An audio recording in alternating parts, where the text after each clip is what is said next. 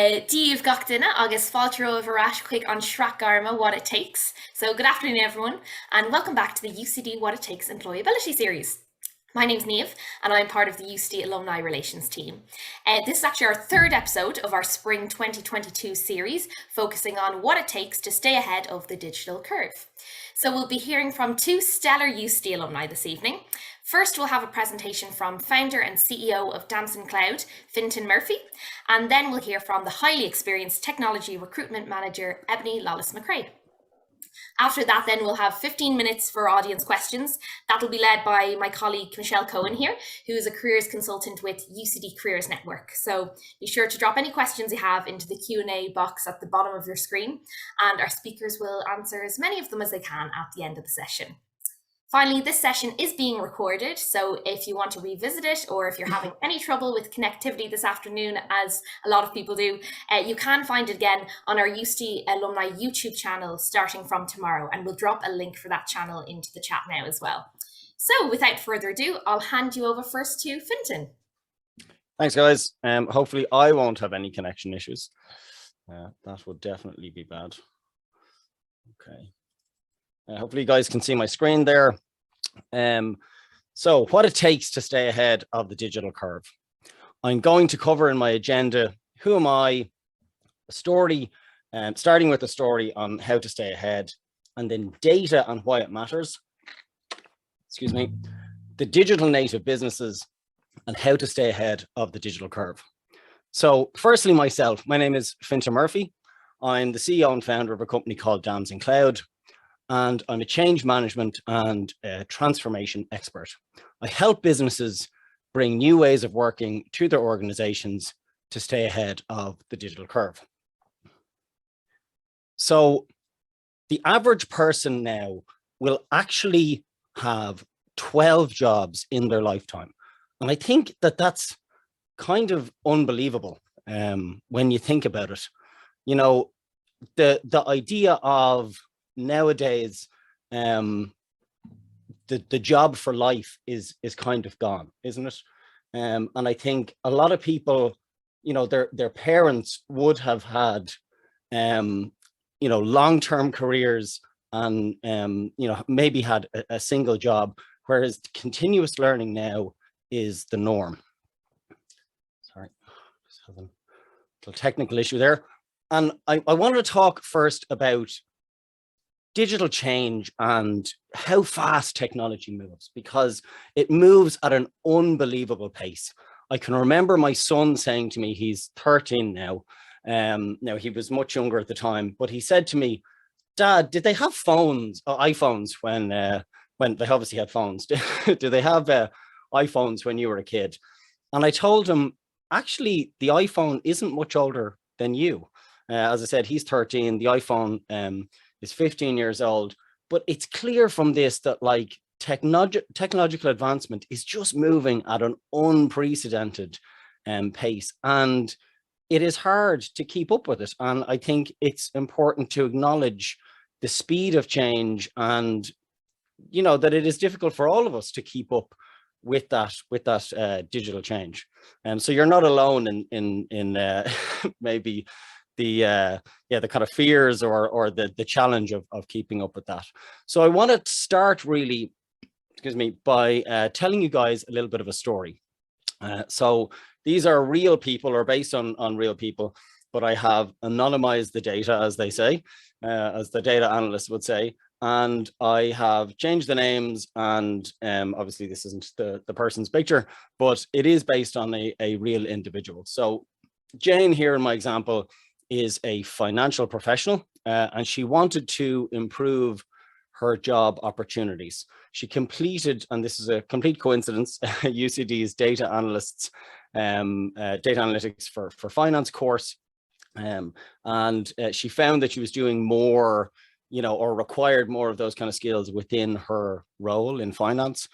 She now has a new job in a tech company doing finance, and uses those new skills to help her company gain better insights into financial modeling and customer data. So I wanted to use that example specifically because it wasn't tech. It wasn't somebody specifically in the tech industry, but where technology was required within their job. And that's kind of something that I want to get across today to you guys, that it's not just about the techies that need to stay ahead of the digital curve. It's actually all of us.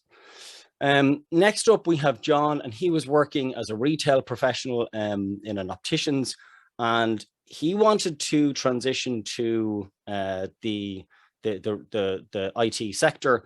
And he had always had an interest in IT, but when the pandemic hit, obviously he felt retail was kind of, didn't feel as secure. And so he completed Google's IT support certification over the course of kind of 6 to 9 months in his spare time. So some of these sort of flexible courses you could do online. And then he used that newfound skill to transition into a new job. He now supports the data centers for a very well-known tech company. So data is not just for techies, and I mentioned this at the start. I think data sounds like a big scary word, but it's just information. It's messages, it's documents, it's spreadsheets, it's numbers, it's any kind of information that's been gathered together. And it's important to understand the sheer volume of information that is now produced in the world. During this short presentation, which hopefully I will finish within 10 minutes, 57 million Google searches have been performed and 1.4 million Slack messages have been sent. That's just astounding. And an astounding amount of data is produced every single day. This is a cool little infographic from a company called Domo that shows the information created it's called like kind of a minute, on the internet. And it's the amount of information being produced in an internet minute. And you can take a quick look through these. I'm not going to read them all out, obviously.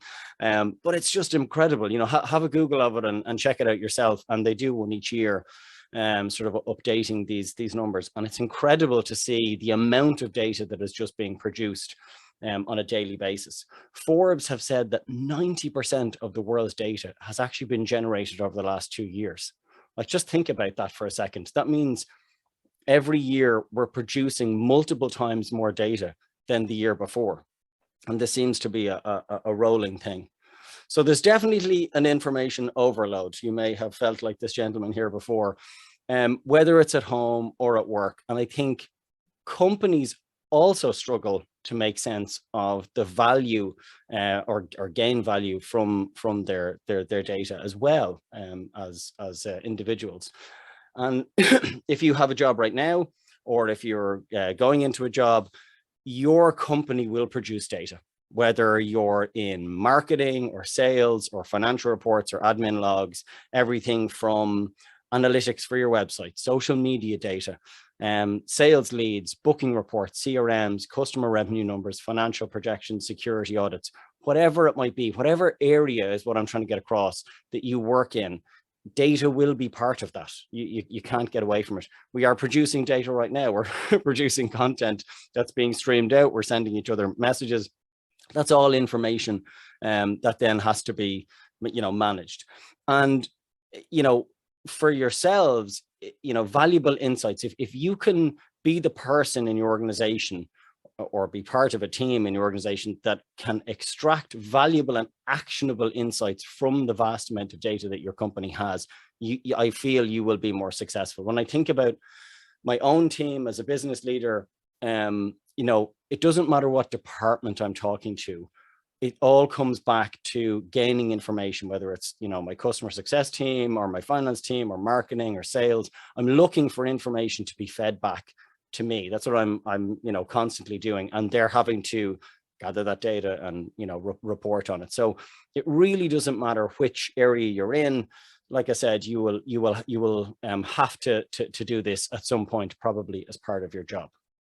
In terms of getting the right data, I feel like you have to ask the right questions, and you got to start with the right questions. And that means digging deeper than maybe you would normally do. So I have a simple example here, and it's very basic, but hopefully this will get across the idea of asking the right questions and digging deeper into your questions. And sort of when you think of a question, or when someone asks you a question, think of the and, like what's the next level down or deeper. So take marketing for an example.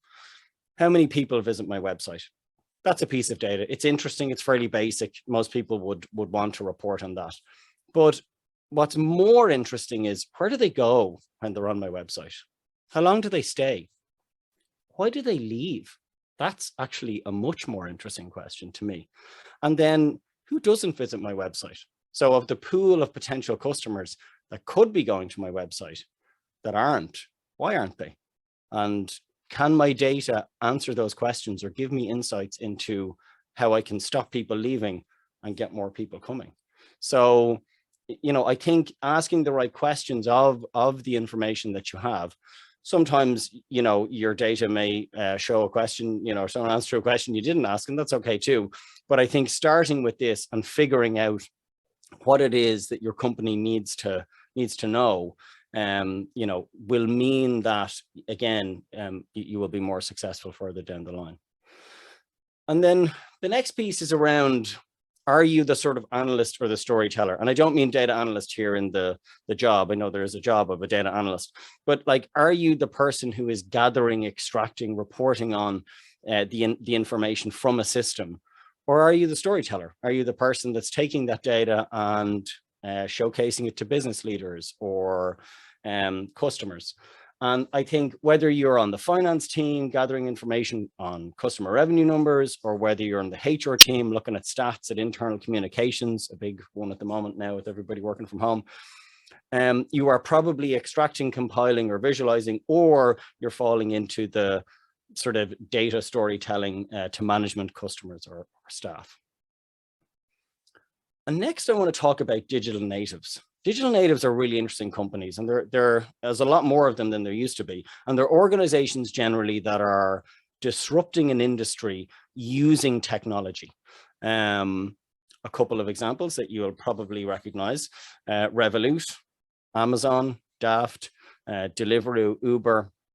These are all digital native companies, and they have digital at their very core. And the question I kind of have is, like, is Revolut a bank or an app? I don't know if we have a poll set up. If not, you could drop it in the chat. Oh, we do. Okay, great. I just see it pop up on mine. I'm going to vote as well. Am I allowed to vote? I'm not allowed to vote. Okay. And there's no right or wrong answer here, guys. It's just, you know, what do you think yourself? I'm ignoring the fact that they've just got their banking license. But like, when you think about them as an organization, do they feel more like a bank, or do they feel more like an app? So we'll let that run for a minute and see what people think. Is Uber a taxi company or a platform? And I think, again, it's the same type of thing. When we look at the breakdown of companies, like, say, Distilled Media, who own adverts, is just based on their LinkedIn, who own adverts in daft.ie, almost half the company are technical staff. That's really interesting. And the same can be said for Revolut. So when we think about Revolut, again, nearly half the staff are technical or operational roles. So does that feel like a bank? Is a bank likely to have, you know, that many engineers or techies? Maybe not. You know, I think that's interesting. Am I able to show the results of what do people think? Oh, excellent. Oh, it's a 50-50 split. Excellent. Even better. That's really interesting. So yeah, I wonder if people would change their mind now that we know that so many of the little bit more people think that Revolut is a bank, but still quite a few think it's an app. Yeah, it's interesting. And I think, like I said, it's no right or wrong answer. Obviously, they would say they're a bank, but it is just that piece of working in those type of companies. You know, what is, I've kind of gone on there too quickly, but what is the expectation of those organizations? If so many people are technical in the company, then their expectation is that you're going to know about basic technology, and you're going to feel comfortable with it, because technology is at their core. This is one of our own customers, Kazoo, and again, these numbers just from sort of LinkedIn, they've gone from 35 employees at the beginning of 2019 to 3,500 in 2021. Just unbelievable growth. And a lot of these digital natives, that's the same. When you look at the profile of them, this sort of what they call hyper growth is really common. So imagine doing HR or payroll or IT in a company growing that fast in a Revolut or a Kazoo. And these type of organizations expect their staff to have this basic digital knowledge. That's how they can grow so fast. So imagine trying to, joining the HR team if that's what you wanted to do, or payroll or IT or sales, and also then trying to figure out something basic like, how presentations work, or how, something like Google Sheets or Excel works, while all, the speed at how they kind of move is kind of going on. So, that's where it's important to have that knowledge, which we're going to talk about later on, before you actually get to those companies. So what can you do to get ahead? And my little tagline here is always be learning, always be learning. So communication and collaboration are the kind of core pieces. And these are the basics. Every single company will have a common set of communication and collaboration tools, whether it's something like Google Workspace or G Suite, which obviously we're fans of, that's what we resell, or Office 365, whether it's OneDrive or Google Drive, PowerPoint, Excel, or Word, or Google Sheets, Docs, or Slides. You need to become a pro at these tools. And if you do, it will stand to you in your career. And even if you hate Google or you hate Microsoft, learn the basics, because at some point you will use both. And having that knowledge and being as expert as you can be in those tools will, like I said, will stand to you, will help you in your career. So like that is the number one, because every company that you go and work for will have those basic tools. And so you definitely are going to need to learn those. And then the next one is sort of getting ahead in your area. So we were talking earlier about what courses people did. What's the area you want to work in? Is it finance? Is it marketing? Is it sales? Is it HR? Obviously, there's other ones, but I've just sort of picked them. If you're in finance, maybe go and check out Xero, the leading cloud accountancy software, and do an online course, get a certification. If you're interested in doing payroll, maybe have a look at some payroll systems, set up a trial, ask for a demo. If you're in marketing, look at Google Analytics, landing pages, online forms, website builders, Canva. I built this presentation on Canva at the moment. Knowing those tools, even if you end up in a company that doesn't use Canva or doesn't use online for, the specific online form, type form, or something that you've gone off and learned, they're going to be transferable skills. They're going to be the same skills for whatever app they're using, or very similar. If you learn WordPress and they're using something else, it's still going to be valuable to you. So go and learn those skills. Same with sales, CRM systems. I'm sure you've talked about those in business if you're interested in getting into sales. Don't have the first time you see a CRM be the first day you start. Do you know what I mean? Because it's just, again, you're starting on the back foot. Same with HR. Those tools are less accessible, but you can see online demos. You can get online certifications. And the thing I would say here is you never know how close you are in an interview. When we've interviewed staff, and sometimes we've had hundreds of applications for roles, it can come down so close, you know what I mean? And it's, often the people we end up interviewing are the ones who are showing that they have gone off and learned these additional tools or done the groundwork so that they can hit the ground running when they start in the job. So I have 3 key takeaways. I'm nearly done. Hopefully I'm still in my 10 minutes. Be curious. Don't be afraid of technology. I know it can be a bit scary. Click that button, see what it does in Excel, have a mess around, maybe not on your thesis that you have to hand in tomorrow, but, set up a template, like I said, mess around with test data and just, like I said, do it now. Don't sort of wait until you've sort of started maybe a job to figure out, oh, I hate Excel. I sort of stay away from that, or I hate something like Google Sheets. I can do slides really well. I can do, documents really well, but I never really like that. Go after the one that you hate so that you can feel more comfortable in it, because you're probably going to have to use all of them at some point. Have a plan.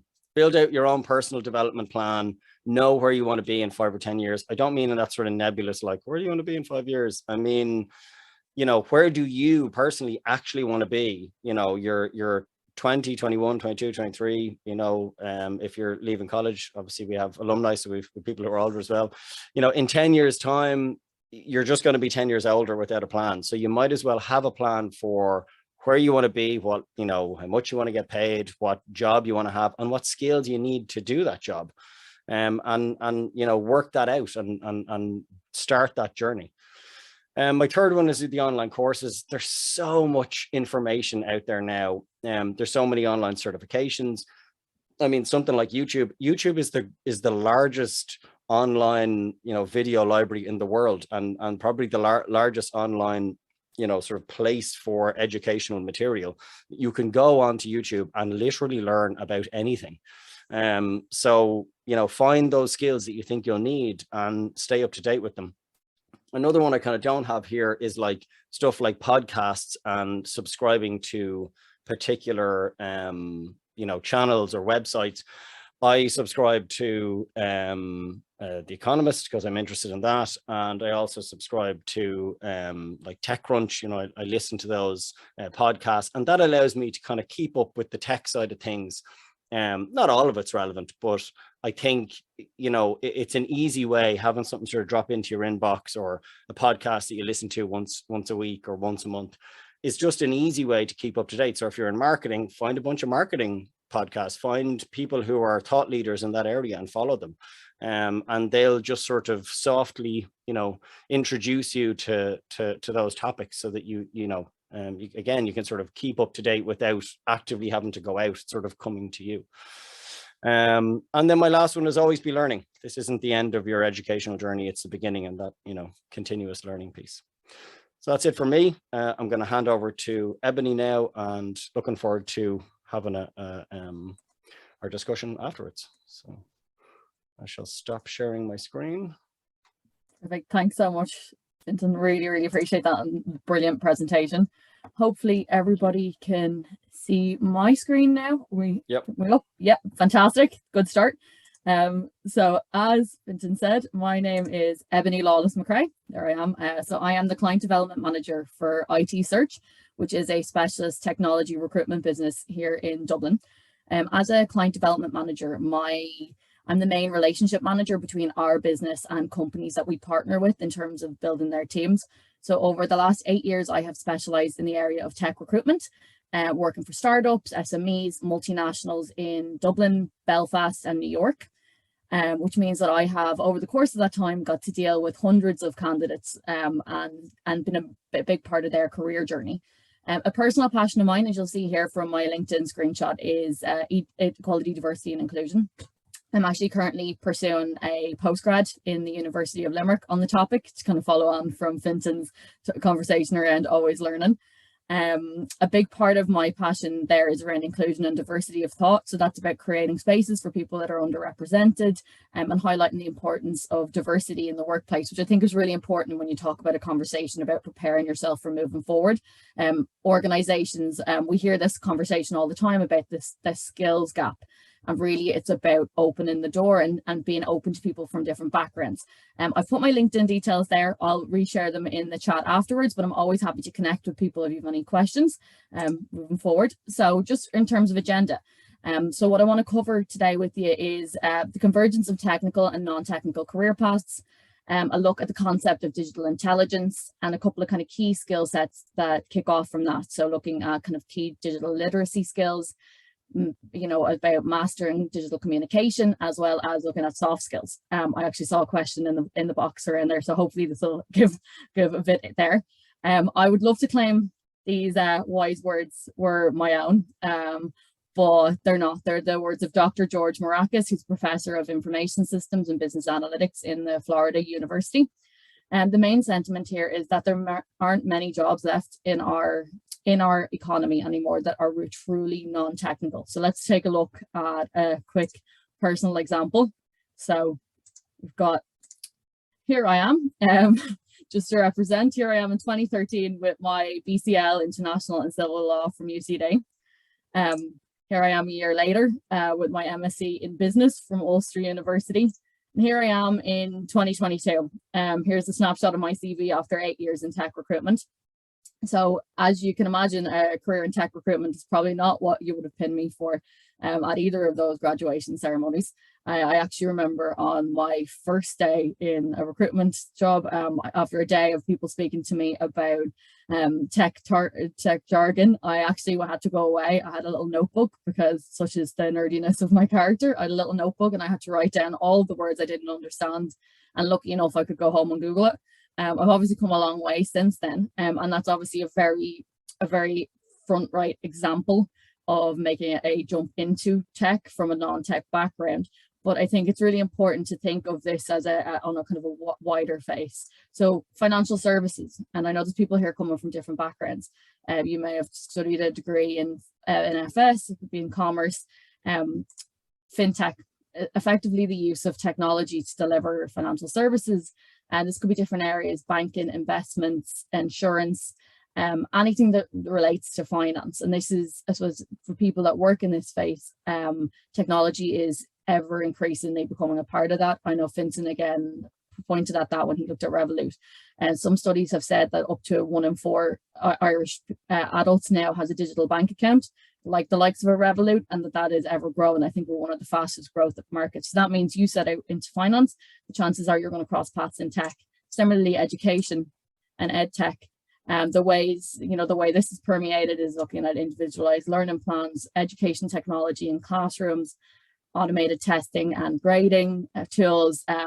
We look at, adult and professional learning tools, which again, Fintan's pointed to in terms of being really brilliant resources. And I think particularly when we talk about staying ahead of the digital curve, they are such super, super important parts of that, that everybody really should become comfortable with.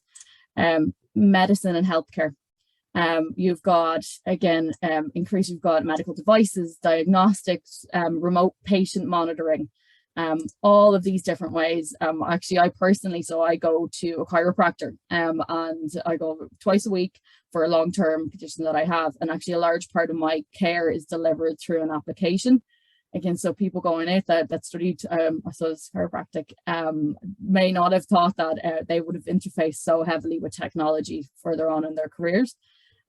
Again, marketing, the examples could go on. Marketing technology and digital data drives outcomes. Fintan talked about data a lot, and I will touch on that myself a little bit further into the presentation again. But automation is frequently the difference now today between high performing and lagging marketing efforts. So technology furnishes marketeers with really, really important ways to connect with audiences, with ways to kind of make the most of data. There was a prediction back in 2012, Gartner made a prediction that CMOs, chief marketing officers, would outspend CIOs, which is chief information officer, on technology by 2017. I don't know if that's come to bear, but I do know that the gap has closed, showing again the importance of technology and how that's permeating into that area for anybody that works there. And I suppose bringing it back to my own roots, legal tech, AI, machine learning, big data, blockchain, other emerging technologies, they're not things that you would traditionally associate with a career in law. But we are seeing these emerging technologies create legal services that are more effective, that are more efficient, that are more affordable for clients and for lawyers. So areas like legal research, e-discovery and e-records, automation of tasks like documentation, legal CRMs, electronic signatures. These are all things that people working in that space are either a part of those kinds of organizations or they're utilizing on a day-to-day basis. So based on what I've said, it would seem like all roads lead to tech eventually in some way, shape or form. I'm conscious that I do only have 10 minutes here, so I kind of wanted to jump into what I see as a couple of key skills or key areas that people can focus on.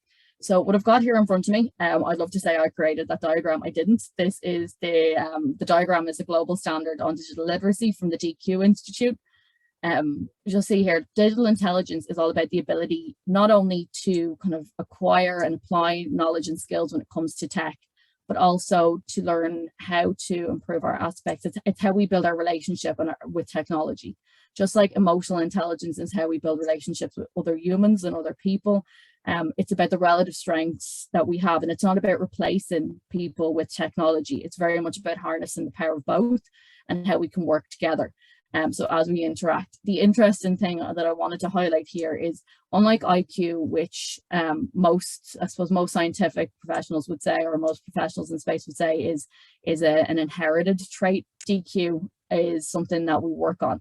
It's something that we can build in a progressive and intentional way through repeated interactions with digital technology. So this is where this culture of continuously learning and practice and being open is so important. You're not born with an ability to understand AI or data, and I know some people are better equipped, or I know maths wasn't my strong point, but it's through continuous practice that we build our understanding, or it's things like what I said with the notebook, writing it down and looking it up, spending the time to kind of apply a growth mindset. So digital literacy, when I'm thinking about this now, there are two core areas I want to look at. So we've all probably seen this, LinkedIn. Obviously I started the presentation with a screenshot of mine.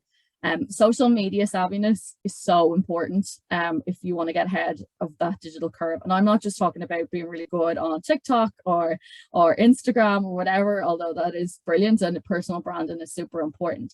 But the single best piece of advice that I got in the UCD careers office was to create a LinkedIn and to properly integrate myself on the platform, to really understand what it could do for me. It's not just about a really useful resource, obviously, for modern job postings. It's a great source of information in terms of careers development, different markets and industry and knowledge. But the most important thing about it is the ability to build networks that it gives you. You can reach out to people on the other side of the world that specialize in your space, that will often be, and people are so open to having conversations around areas of interest, around providing guidance and mentoring, shared connections. Some of the best business relationships that I have are people that I kind of I took a punt and I reached out to, or they reached out to me just to start that conversation. Now onto the spreadsheet, and we've all seen this one as well. Bit more boring, I suppose, depends on your perspective, but the ability to use spreadsheets effectively is a trait that nearly every company looks for. So whatever sector you're in, whatever, that company will be storing vital information. It could be contact information for research calculations, it could be anything. But if you can't navigate through Microsoft Excel or Google Sheets or an equivalent, then you need to get learning. Forecasting, waterfall charts, pivot tables are all things I wish that I'd focused a lot more on when I had my IT class back in secondary school. And then finally, just to touch on this briefly, because I know that Fintan did a great job talking about data and the importance in organizations, but every organization in every facet of life, we can't get away from this conversation around data now. Data is something it's not looking for when we talk about interacting with data and digital literacy around data. I'm not necessarily talking about new skills around new tools or being able to dig in deeply, although that is really useful. It's more about an understanding of what data means, where it's generated from, and more of a holistic view of its importance. Because regardless of what area you work in, for example, if you take sales, it's important to be able to look at your transaction systems, like how are your customers interacting with your platform, what processes are being automated. Same looks at, product teams, it's how you can understand customers' needs for creating new features, marketing. How demographic data can be used to develop effective campaigns. Customer service need to draw on data to look at customer relationships. Data digital literacy starts not only just from the perspective of the tool, but from the perspective of the data. So how is it being collected? What's it being used for? And it's really simple to become, at least on a basic level, comfortable with that, because online, again, we look back at some of those platforms I mentioned around education technology. There are so many free courses online, as well as ones that have come at little cost around basic statistics. And they're time well spent. Again, you don't need to become an expert, but just become comfortable with where that is and where that use, because it really is something that's increasingly showing up for us, in particular in industry. So then moving on, anybody that has been on a Teams, Zoom or a WebEx or otherwise in the last few years knows that something that it sometimes feels a bit like this image.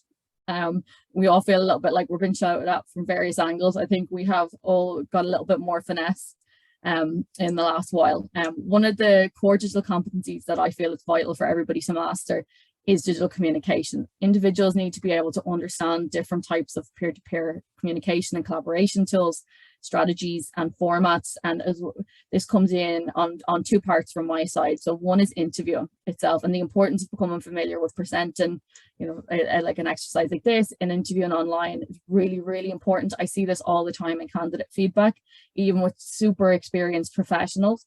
And people that would generally have said that, you know, doing in-person meetings was their best aspect, that they were very good at building relationships, at making connections, at presenting, their confidence came across. And it is difficult when you're doing an exercise like that across what I call a digital divide. It feels a bit more stunted. You can't read the room. So it's so important to make sure that you practice. Again, going back to the idea that DQ or digital intelligence is something that is created through intentional acts. If even last night, I ran through this presentation with my long-suffering husband from a separate room. We did it on a Zoom so I could practice, make sure the transitions worked okay, make sure I felt comfortable running through everything. And I am 8 years doing things like this. So it's just, in order to give yourself an edge, just being comfortable with being digital when it comes to that type of interaction, and that carries through to the workplace. So I suppose everything we do now, I know some organizations have looked at becoming more and more on site again, but I don't think that we're ever going to return to that model that we had in pre-2020. I think that we are always going to have internationally, located teams. We're going to have remote work. So it's really important to be able to build your capacity to interact and collaborate with an online community in a comfortable way, so you can efficiently exchange ideas. It's stuff like working out how to do presentations effectively, not just physically delivering them, but do we know what all the buttons on all of these things do? Again, pushing back to Fintan, don't be afraid to play around with it. Worst thing, you break it. And to be honest with you, it's almost impossible to break a lot of these things. So it's just learning how to use different channels, different ways. It really is the key to success and preparing yourself, regardless of whether that be whatever department that you work in individually. And then final point that I wanted to make was to the soft skills piece. So far we've talked about sharpening capability. We've looked at communication platforms, key digital literacy skills. But what is the point of this eyesore of a slide? And I'm aware it's not beautiful and polished like Fintan's. What is the point? Soft skills. These snippets are taken from roles not only in tech, but also in finance and marketing. I won't say which ones are which, but as you'll see here, regardless of whatever role we're looking at now, a continued theme throughout is the continued importance of effective communication, of being proactive or biased to action, which seems to be the cool way to put that now. Organization, leadership, ability to deal with multidisciplinary teams, work remotely, critically analyze situations, all the stuff that I've touched on here, and about how I've talked about how we build that competency in a digital way. Regardless of how sharp the digital curve is, there's always room for the importance of human connection. As the world becomes increasingly digital each day, soft skills people thought would be more redundant, but many believe, especially with the automation of a lot of tasks, with diminishing need for skill, that there would be a diminishing need for skills. But there's actually more of a need for that than ever. So where technology steps in, it really highlights the importance of humans at the end of that decision maker process. And the people that can handle those interpersonal tasks and skill sets are so critical and vital to those success of those organizations. Really, candidates with really good soft skills are preparing themselves for the workplace of the future, and technology needs an human factor. So I appreciate this has gone on for a very long time, and I'm happy to dig in and answer any specific questions people might have. There's so much you can cover in that period of time. I'm going to leave my contact details here again. And I'll drop my LinkedIn into the chat, as I said, but if anybody ever wanted to reach out and have a conversation about the market and what that looks like, I'd love to speak to anybody. Thank you.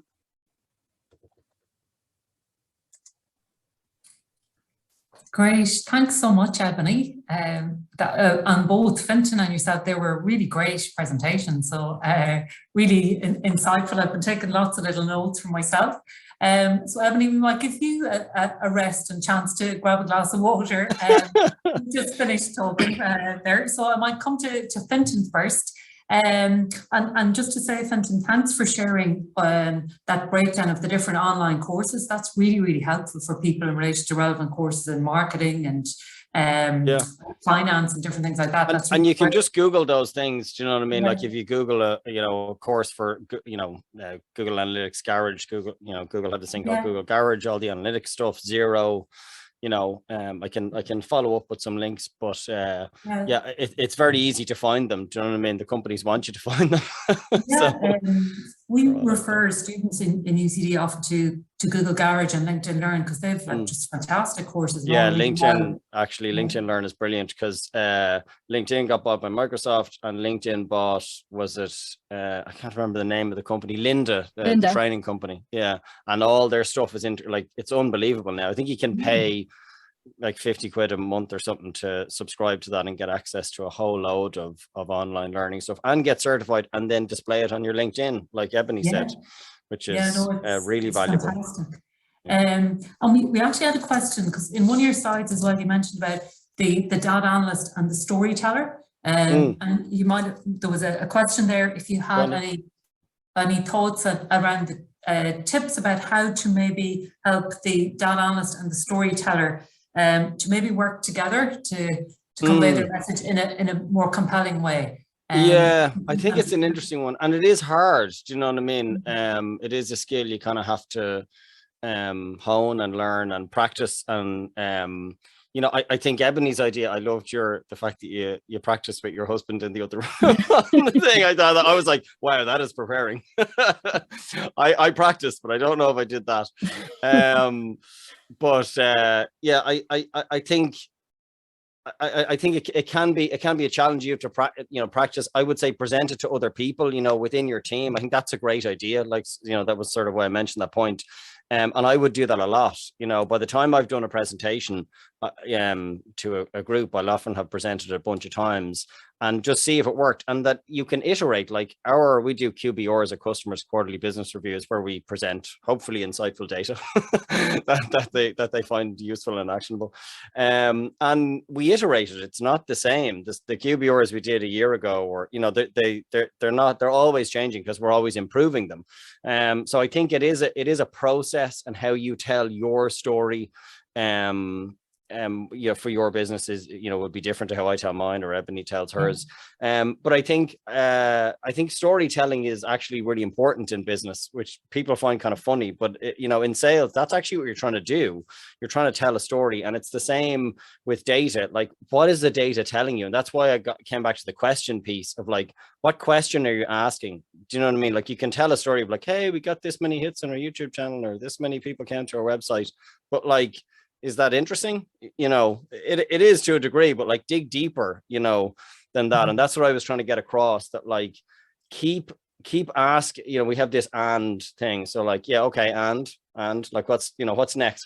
Go deeper. So do that with each other, is a great way to, figure out a really good story, a really compelling story. I actually, like when I do presentations and stuff, whether it's with data or not, people will laugh at this because of the title of the course, but like, I start with a pen and paper because you have to get your thoughts down first. You know what I mean? I think sometimes people, when they do slide decks, and if you're telling a story, often you're using some sort of slide deck as an aid, and the slide deck should be an aid. It should absolutely not be the presentation.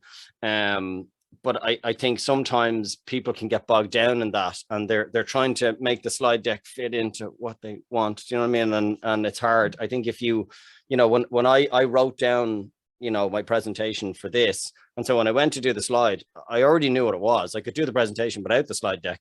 It was just, an aid. And so obviously with data, you want visualization. You want it to look nice. People like pretty bar charts and things like that. So the more you can visualize the data and think of different ways to visualize the data, and that's where the storyteller and the data analyst can work together. I think that communication piece is really important, because you need, as a storyteller, you need to understand the data a little bit. Do you know what I mean? You don't necessarily need to know exactly how to extract it, or whatever, but you do have to understand it, and what it's like I said, what story it's trying to tell. Brilliant. No, that's really helpful, Fintan. Thank you. And Ebony, you mentioned about LinkedIn, and it sounds like you're really proactive and using it really effectively to build relationships and to contact people. But occasionally among kind of current students and alumni that we meet, there's a little bit of a reticence around contacting someone that maybe you don't really know. Would you be able to talk us through a little bit about, you know, how you go about, do you utilize the UCD alumni network, or how you contact people, and maybe your picture, how you begin that conversation? I think that'd be really helpful. Yeah, no, absolutely. And obviously, look, I'll hold my hands up and say I'm obviously pretty confident at it, because it is what I do day in, day out. So, you know, not everybody spends 9 hours a day with an active. I'm not necessarily in LinkedIn for 9 hours a day, but it's open at least 9 hours a day. So I appreciate it. For me, it feels a lot less scary than for most people. But the way I always looked at it is, if you don't ask, you don't get. It was one of the things I learned straight away. And it is really about thinking that, what do I want to get out of this engagement? So if I was ever looking for, every job I've ever got has been through LinkedIn, has been somebody has reached out to me through LinkedIn based on content, or it's been through a shared network.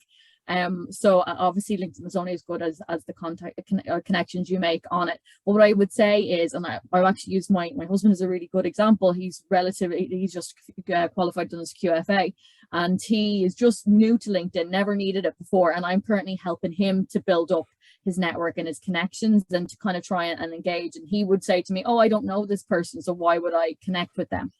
Or, you know, why would I do this? And I would go, because that person has a similar background to you and you don't know who's in their network. So I think it's very easy now to search on LinkedIn and find people, be it like QFA is a good example. You can bring up QFA as a qualification in the search bar, and you get all of these people that maybe have shared connections with you that might be interested. Maybe they've qualified 5-10 years ago, which means they probably have lots of experience. You can add them as a connection and just say, you know, hi, I'm recently qualified in this area, and it's as simple as that, because LinkedIn gives you the option to leave a message.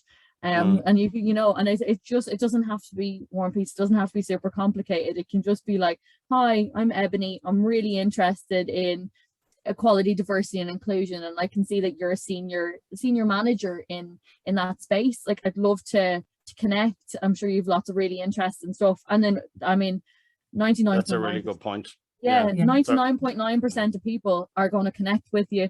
And then even by being in their network, they will be sharing content either from their own organization or stuff that they're interested in. And there's a really good opportunity to engage then. So that it's a really basic way, because we're all really comfortable with Instagram, with Facebook. We've already done this whole connection thing, and I know that those are direct friends of ours, but if you just treat it the same way with people that are in the same field, I think that's a really good way to look at it. And just from my own perspective on this, like, you know, LinkedIn is huge for us, do you know what I mean, in terms of as a business, but also that is where I go. I look up every single employee every single candidate, before we interview on LinkedIn. That's what I'm doing, you know, as an interviewer. So, you know, make sure your LinkedIn profile is up to date. Do you know what I mean? It's a really important point that Ebony's made. And that piece of adding the note with the connection, that's really important too. When I get connections and someone hasn't bothered to give any context whatsoever, and the LinkedIn profile is not properly filled out, I'm just like, why would I connect with you? You haven't given me any reason to. Whereas then I get another connection where someone's filled it out. I can see they're sharing stuff, they're commenting on things, they're engaging with content, maybe even they're sharing some of their own content. It can just be an article you found that's about your industry that you find interesting. You know, I will always go into someone's profile and look at their activity and see, have they shared anything? And you see some people who just like their company stuff. They just like the company thing, just go on, then they like the couple of company articles and that's it, you know. And then there's other people that go in, they engage in their industry, they comment, they share articles of interest, and I'm like, okay, this person's, you know, engaging, interested, and they've given me context. They've said, you know, like Ebony said, simple one-liner just to give some context. That's the person I'm going to connect with, you know. So and I've had people ask things like, you know, for internships or mentoring or things like that, you know, and if you have the time, you don't always have the time, but you know, advice, you know, you can help people out. You know, when you can. No, that's brilliant, because both of you are probably so immersed in it that it's automatic, as you said, Ebony, whereas actually those hints and tips are really, really valuable and really, really useful. So I don't think I'm 9 hours a day now. I'm not getting that bad. I think maybe that might be an addiction level there.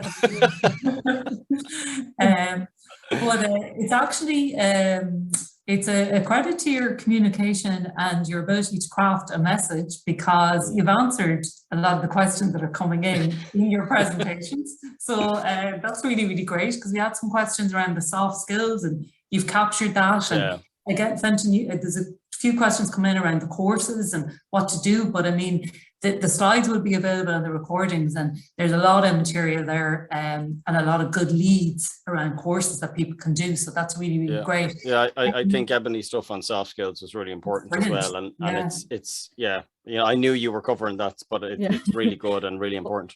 Yeah, it is. And I think, because I saw something in the chat, and I think it was somebody had asked around soft skills and how you pitch that in for technical interviews. And I think like a really important point that I would make here is, because we talk a lot, obviously I've been in the tech world for 8 years in terms of roles, but we're increasingly seeing as that talent pool is kind of depleting, there's only so many people that can graduate with those degrees in terms of engagement. Also, we would have traditionally here in this country leaned very heavily on people moving into Ireland for positions, particularly, and that has with COVID, a lot of people are able to now work remotely from their own home countries and aren't necessarily moving here. So we are seeing there definitely is a shortage, and we talk about it a lot, but it's just a shortage of people that have on the face of it the relevant skills. But on what I say, when we look, a lot of the time we suggest to clients now is to look at people that are a little bit less experienced or that come from a different background. And what I would say to candidates, the best way to give yourself the best chance on that is being able to show and highlight examples of where you've been adaptable or flexible or picked up a new skill. It doesn't need to be a tech skill, but if we can highlight that through your CV and you can show where you learned something completely new or immersed in a completely new project, that is a transferable skill. If you could do that in that, you can do it elsewhere. And it's very shows initiative as well, This is it. Once being proactive, once you can show that you can do that, even on a junior level, it's a very easy way to transition across and go, I could do this in your organization, because cultural fit is so important that people do. It's just that sometimes we don't necessarily give ourselves the best chance, because we forget, like, I can do this, I can learn this, and we just to highlight that on our CV. And make sure you put it on your LinkedIn. People always, I did that course this year. I'm like, why is it not on your LinkedIn? Why? Get it on there. Absolutely. And that slide as well that I'm going to go back to myself is that digital intelligence one. That was really great. There's a lot in that, so it's brilliant. So I'm conscious of time, but just to say to both of you, thank you so much for brilliant presentations with lots and lots of takeaways and lots of information. And I think you captured so much there in a short period of time, and thanks so much. It's really, really brilliant. So I'll hand back to Niamh. I know she has some closing comments. Thanks so much, Rochelle. Thanks a million, Fintan and Ebony, for two fantastic presentations and some great takeaways. I think we're all going to hop straight over to LinkedIn now and get to it. And of course, thanks to you, Michelle, as well, for your steer on audience questions, as usual. Fantastic. So just a few notices before we close out. We just want to remind you, remember, if you're a student or if you've graduated from UCD in the past 2 years, you can take advantage of the many events and consultant advice from the UCD Careers Network. And as Michelle mentioned earlier, if you want to practice your online video interview skills, you can check out the Interview 360 tool on MyCareer as well. So we'll drop that link in the chat. And then thanks to all of you who tuned in this afternoon. So you can connect with Fintan and Ebony on LinkedIn after this session. They've both posted their links to their profiles into the chat, so you can connect with them after.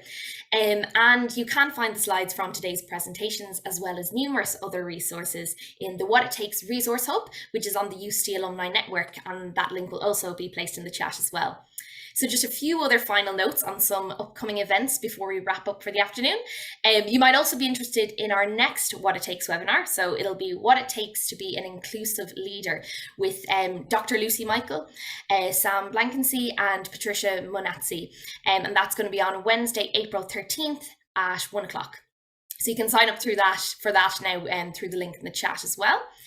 Finally, this series aims to support our UCD community with career development opportunities, but also we'd like to mention our commitment to supporting our students through the COVID crisis. So generous funds have been raised thanks to alumni and friends of UCD like yourselves. If you would like to support our efforts to provide urgent financial and mental health support to those students who need it most, you can visit the link that's also being placed in the chat now. So that's all from us. Thanks so much again for joining us this afternoon, and hopefully we'll see you next time on April 13th. Gurmila Magwiv. Take care, everyone. Thanks, guys. Thank you.